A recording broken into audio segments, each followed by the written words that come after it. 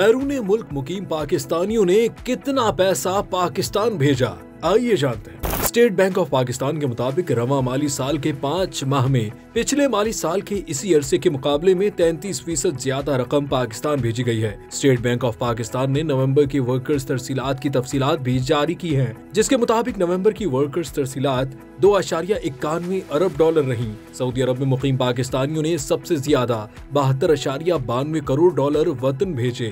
UAE से $61.94 करोड़ और बरतानिया से $40.99 करोड़ नवंबर में पाकिस्तान भेजे गए, जबकि रवां माली साल के इब्तिदाई 5 माह में सऊदी अरब से $3.65 अरब की तरसीलात भेजी गई।